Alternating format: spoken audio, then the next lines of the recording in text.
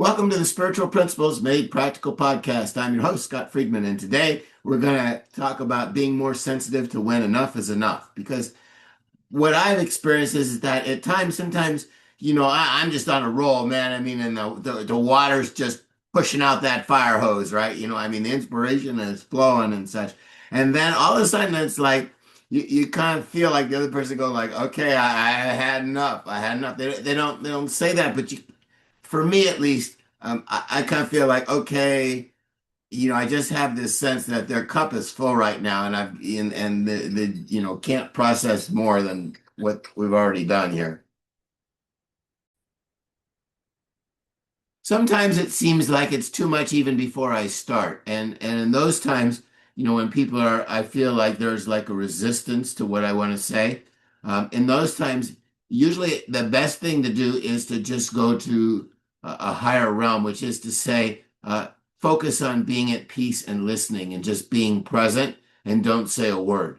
And that oftentimes when, I feel like somebody's going to be totally resistant to what I have to say, then it doesn't really make a lot of sense to say it because it's just gonna polarize the situation. They're just gonna dig their heels in anyway and become less open and receptive. And so in those cases, the best thing to do is to focus on being a great listener, being at peace and just being calm and centered and listening and when possible, draw them out. How are you feeling? What do you think? What's your opinion? What do you think is the best course of action here? And just draw them out. And if they say, oh, well, I don't know, you go, okay. And if they say, I don't want to talk about this anymore, you go, okay. And just be accepting of where they're at, totally. And then, and so that's another sort of response when we know that their ability to receive and benefit from what we have to say in that instant, given my energy, their energy, and where everything is at, uh, is such that saying anything is going to be counterproductive, right? I mean, there's some people that, that they're going to fight with you no matter what. They're just so invested in fighting themselves that it gets projected onto us. And the trick there is don't give them anything to fight with, just be present, just be present and listen and accepting and that's the best thing. And when that happens, actually, it's really creating the environment and the energy that they want because what everybody wants is acceptance, right? I mean, we all want to be able to share our deepest self and to have it be accepted. So oftentimes when people are no longer receptive, that's the place to go, is to just focus on having a greater acceptance of ourselves and the peace and the wholeness that we are and create that vibe, if you will, and understand that that's the optimal thing that we can do in the moment.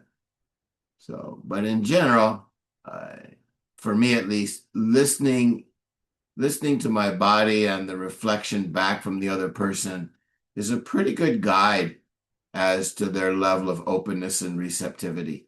And when I'm really in the flow and stuff, then usually what I say, or almost always, what I say is well received and people benefit from it. But in those times when, I start to feel that kind of I've said enough, then it's time to honor that and switch into acceptance mode uh, and listening mode. So, and people will love you for it. People people love to be able to talk to somebody who just listens to them and appreciates them and gets them, right? I mean, how many times have you heard people say, "God, I really love that person. They just really get me," right? So that's one of the things that oftentimes will happen with great listening. So uh, listen to yourself, and if you're like me, at least your body will tell you when enough is enough.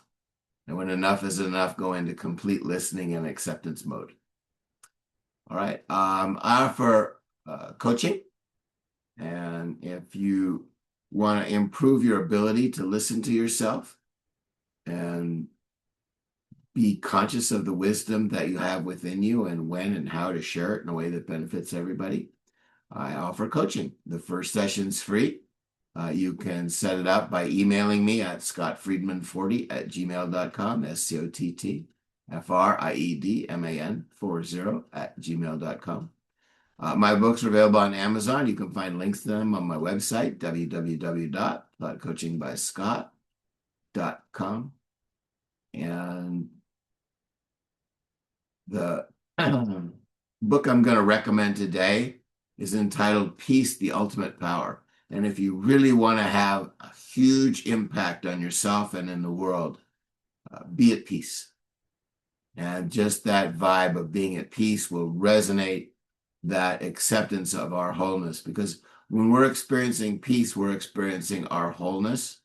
And that's enlightenment. That's self-actualization. That's the goal of life, is to be able to be in the eternal present and enjoy being in that eternal present.